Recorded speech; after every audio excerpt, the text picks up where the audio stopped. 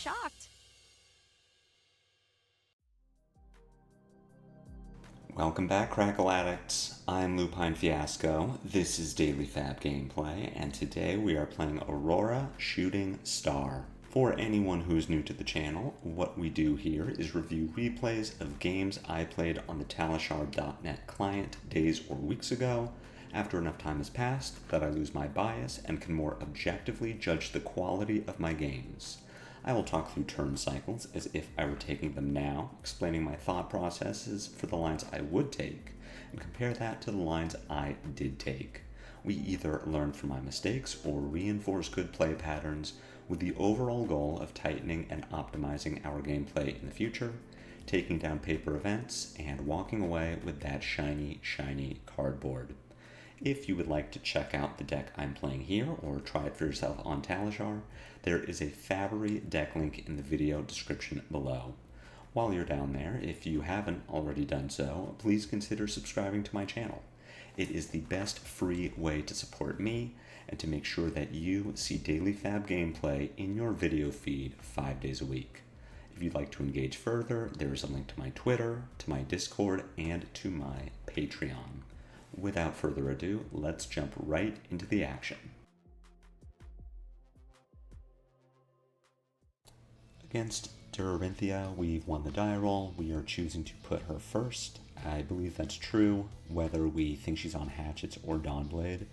I'm not sure. I've heard that Dawnblade Dorinthea is better into Count Your Blessings Enigma, but Hatchets, at least recently, has been better overall. I hedged on this being Hatchet's story and was paid off for it. Against Dawnblade, maybe you want to board Warmonger's Diplomacy into your deck. That said, even Dawnblade is playing a ton of reactions, so you might not exactly get paid off for it. But going second into Dory is correct overall, and generally we do want to go second as Aurora. So we've got a pretty interesting opening hand here.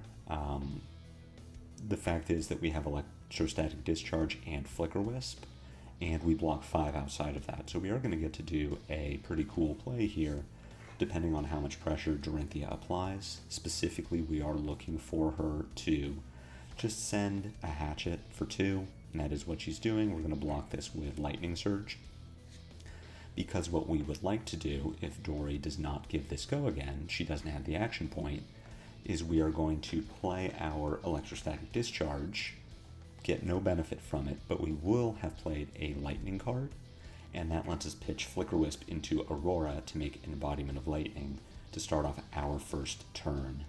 And maybe you're thinking that we shouldn't use our Flicker Wisp so early. We are on the combo plan, which you can tell based on our Crown of Dominion and Aether Ironweave. That said, we are going to find more combo pieces. The Hatchet's Dory matchup is not exactly fast. She blocks pretty well. She is not dealing a ton of damage on a turn-by-turn basis, so we will find time to put another combo together. And Flicker Wisp, especially as a combo piece, is not very strong on its own. I would rather turn it into an embodiment early. That's going to set up a very strong turn 1, which, as you can see, if we did not have this embodiment, we would only have 1 attack. And if this Electromagnetic Somersault and Burn Up were Electrostatic Discharge and Flicker Wisp, then we're in sort of a weird position where we can pitch the Sigil to attack with Starfall. We play Electrostatic Discharge, bring the Starfall up to 2. We get to play Arcanic Shockwave for 7 and fuse it with probably Electromagnetic Somersault. We are pushing a total of 10 damage in the turn, and we get to Arsenal a Burn Up, but now we have this Electromagnetic Somersault that just kind of sitting in our hand. It doesn't really do anything for us, but because we have Embodiment of Lightning, we can play the Arcanic Shockwave, we fuse it with Somersault, we then get to play Somersault to get Shockwave back, we pitch Sigil of Lightning to attack with Starfall for 2, we play Shockwave again, fusing it with Burn Up, and then we make an embodiment. So rather than sending 10 damage and taking an intellect penalty, we get to send 12 damage, set up an embodiment, and have Burn Up in the arsenal. So that turn 0 embodiment of lightning play is really strong if you can pull it off. I don't think Aurora is supposed to sacrifice all that much life to do it.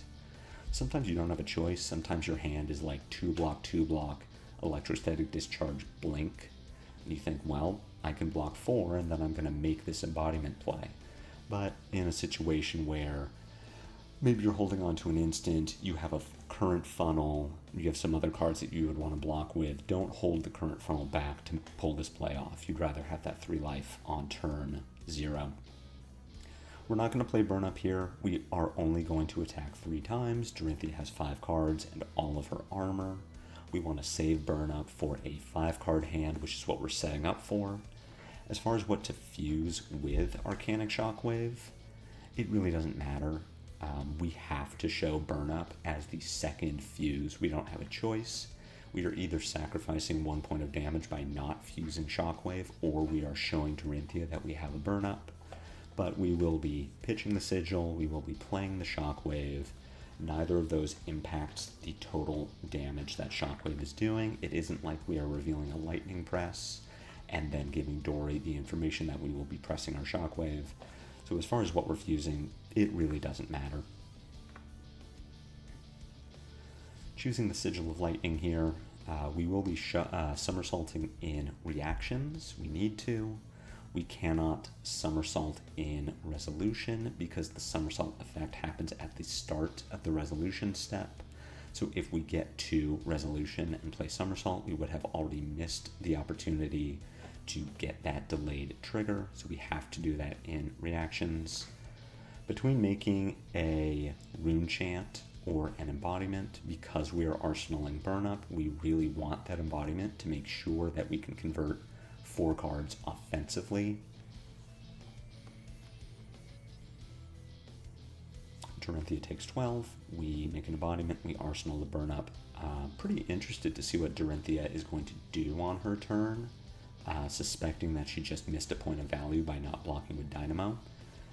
Looking at our hand, we see Snatch, E-Strike, Channel Lightning Valley, a blue, and we know that we have burn up in Arsenal. So what I'm already looking at doing with this hand is playing Channel Lightning Valley on my turn, and then playing Burn Up Shock and melding it. The Shock will deal 1 point of damage. Dorinthea does not have any Arcane Barrier, so her out is Take It on the Chin, but she needs exactly Take It on the Chin, and she would need more than that to stop all of our incoming damage. So if we play Channel Lightning Valley, Burn Up Shock, fuse it, Dorinthea takes 1, we draw a card, and now our hand is Blink, Snatch, E-Strike, a 4th card, and we have Go Again. So very strong turn, plentiful options. If Dorinthea plays Take It on the Chin and prevents the shock damage, we pitch our blue into Grasp of the Arcanite, make a rune chant, then use our floating resource to attack with Starfall for 1+2 with Go Again, and we're still holding Snatch and E-Strike in our hand. And we're expecting that Dory would take that rune chant damage. So all of this is to say, I really don't want to block any of this incoming damage. I am holding equipment. I could, in theory, put Grasp, Ironweave, and Greaves in front of this hatchet so that Dory cannot put a resource into Braveforge Bracers. But I want to hold cards for Command and Conquer. For all I know, that is how Dory is going to end her chain, and I get to put Grasp, Ironweave, and E-Strike in front of it to protect this burn up in Arsenal. Dory has the Blade Runner, coming in with Hit and Run as well, and then pitching a yellow. So this is a monster turn for Dorinthea.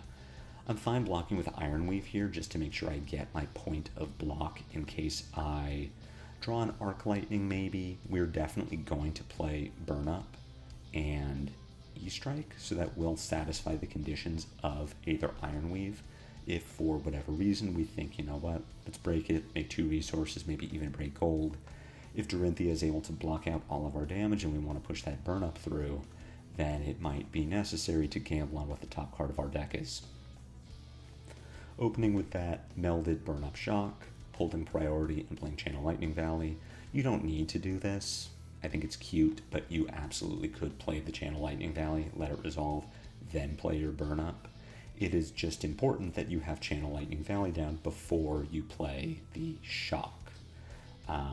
If the shock deals damage and Channel Lightning Valley doesn't see it, you won't draw your card. Dory does have the Take It on the Chin, so she prevents our 1 point of damage and she makes an agility, but she did use one card to prevent 1 point of damage, and any additional Take It on the Chin will not have nearly as powerful of an effect, because 2 agilities don't do anything for Dory. So here, as we said, we're going to pitch this blue into Grasp with the Arknight, make a Rune Chant, and then attack with Starfall for 1+2. Dory does take the Rune Chant, we draw another blink, and now we have Starfall representing 6 points of damage. We get an entire hold the line to stop that Starfall, which is fantastic to see Dory use it so early, because we will be drawing cards throughout this turn. We've already drawn one, and we'll be drawing a second one that would have turned on Hold the Line. As far as what we're going to bottom to E-Strike, we're going to bottom a blink. Our line is going to be E-Strike, choosing to draw a card. The embodiment will give E-Strike Go Again. At a minimum, we get to send a Snatch for 4. At a maximum, we draw another 0 for 4 with Go Again. In this case, we draw another E-Strike. Dorinthea fully blocks out our E-Strike for 5. As much as I want to have a card in Arsenal, as much as E-Strike draw a card is generally a very good line in Aurora, 40 to 45 of our cards are 0 for 4 with Go Again. We have a lot of redundancy, always nice to have a 5-card hand with Aurora for your Channel Lightning Valleys or Arc Lightnings. We want to push this burn up through, and I suspect that Dory is not holding another D-React. I think if she had a D-React, she would have used it and Valiant Dynamo to cover that E-Strike for 5. So here we're going to E-Strike for 7. Expecting that Dory either cannot block this out entirely or would have to give us card from hand and Tunic to do so. So we'll just push 10 over the top, bottom blink to our Channel Lightning Valley, and then draw into the Arc Lightning Flicker Wisp combo. Here, as far as blocking, none of this matters. We would never block with any of these cards from hand, given that we're at 21 life and Dorinthea is only threatening 6 damage this turn.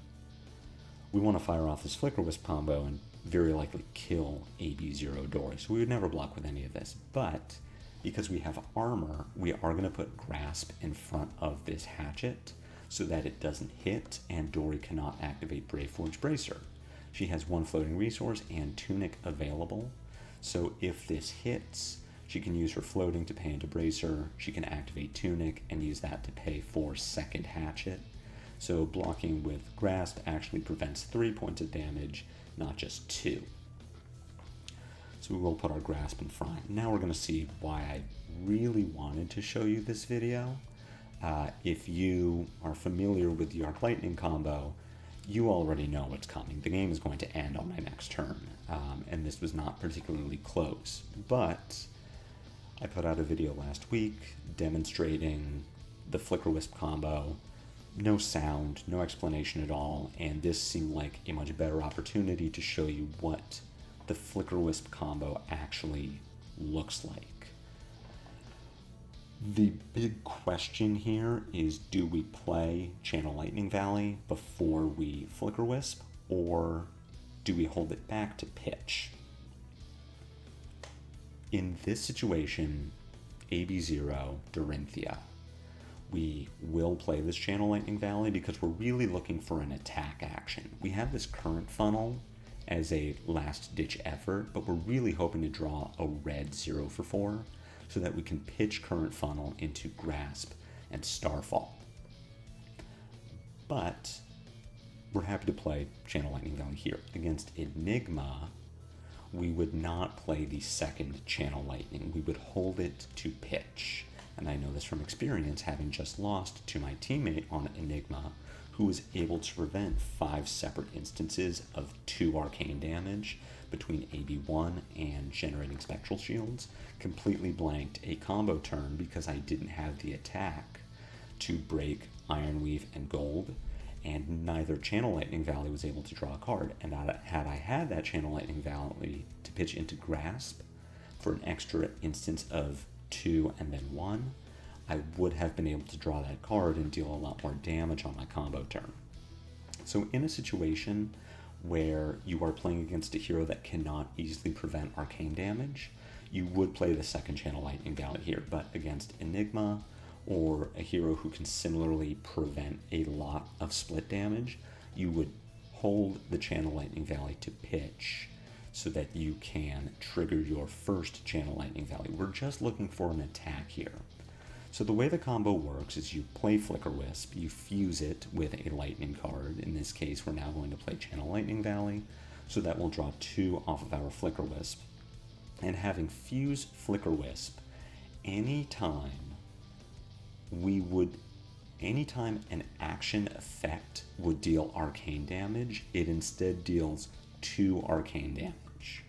Now we play Arc Lightning, and Arc Lightning says anytime we go again, we deal a point of arcane. Flicker Wisp says actually you deal 2 points of arcane if it was an action. The reason this is so complicated for people is the phrase "whenever you go again" is new. Usually it's whenever an action goes again, whenever you gain go again, something like that. But Arc Lightning says whenever we go again, we deal arcane. So now we're going to follow the Arc Lightning with Flittering Charge. Any attack. Arc Lightning gives the next action we play go again, which in this case is Flittering Charge. Flittering Charge deals 4, and then, because it goes again, we deal 2 points of arcane. Now, because we have played a non-attack action and an attack action in the same turn, we get to break Aether Ironweave. Aether Ironweave generates 2 resources and then has go again. We go again, we deal 2 points of arcane because Aether Ironweave is an action effect. We use those 2 floating resources to break gold as an action, so we draw a card and then deal 2 arcane. Now we will play both Sizzles. Both Sizzles are actions that go again, so we will deal 4 arcane after playing both of them. Then we pitch Current Funnel into Grasp of the Arknight. We make a Rune Chant. As an action, we go again, deal 2, and then attack with Starfall. Starfall deals 1 damage from the Rune Chant, 2 damage from itself, attacking for 2, and then 2 damage from the go again. So we absolutely melt Dorinthea here. Her having 0 arcane barrier is a huge problem leading up to this turn, but once you put the Flicker Wisp combo together, you are absolutely going to blow people up. That's the entire point of the combo, is that you are dealing split damage to heroes that are very good at blocking physical damage, which Warrior is. So I wanted to show off that combo in particular. Again, as you can tell, this was not a particularly close game. Dorinthea is generally not fast enough to kill us before we win if our turn cycle looks like that. We had very solid turn cycles starting from turn 0.